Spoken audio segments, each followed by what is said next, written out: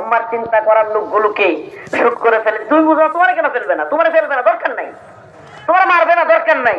আল্লাহ মাফ করুক, আস্তাগফিরুল্লাহ, আতুবু ইলাইহি।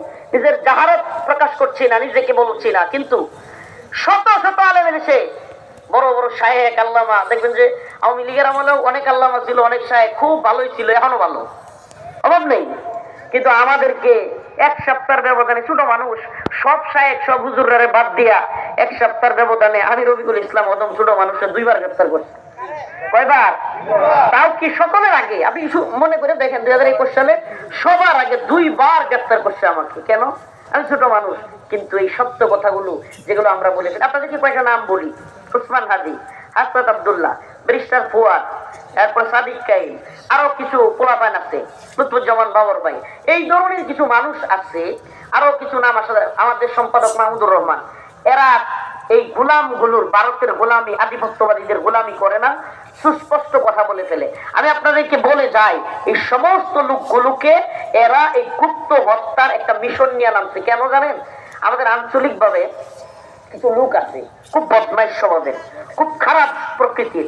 এরা হলো সমাজের মধ্যে আধিপত্য বিস্তার করতে চায় এবং মানুষকে মাইরা হোক, কাইটা হোক, যেভাবেই হোক, মানে তার গোলামি, তার কথা মতো চলতে হবে।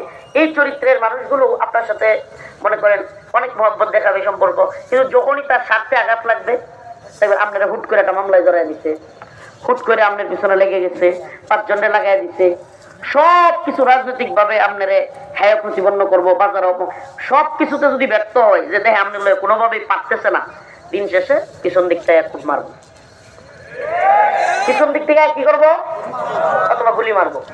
এই চরিত্রের মানুষগুলো হলো কাপুরুষ, জঘন্য জঘন্য মানুষ, যারা কিনা আড়াল থেকে পিছন থেকে মানুষকে গুলি করে। এরা কি কাপুরুষ? কেন? সুপুরুষ তো তারা। পারলে পলাইছিস কে? কইছিলি না শেখের বেটি পালাই না? আরেকটা কাকু কইছিল না পালাবো না।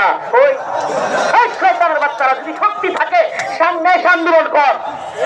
আমরা যেভাবে 5 আগস্টের আগে 17 বছর এত বড় জালেম, এত বড় নিজেকে ক্ষমতাসীন দাবি করা, এত বড় স্বৈরাচার, যে দেখলেই খুন করে, গুলি করে, যে রিমান্ডে নেয়, আয়না করে নেয়, তার সামনে ওপেন ফেসবুক লাইভে গিয়ে আমরা আন্দোলন করছি। পারলেই বাবা আন্দোলন কর, জনগণ পিটায়া পিঠের চাল সামনে তুলে দিবে।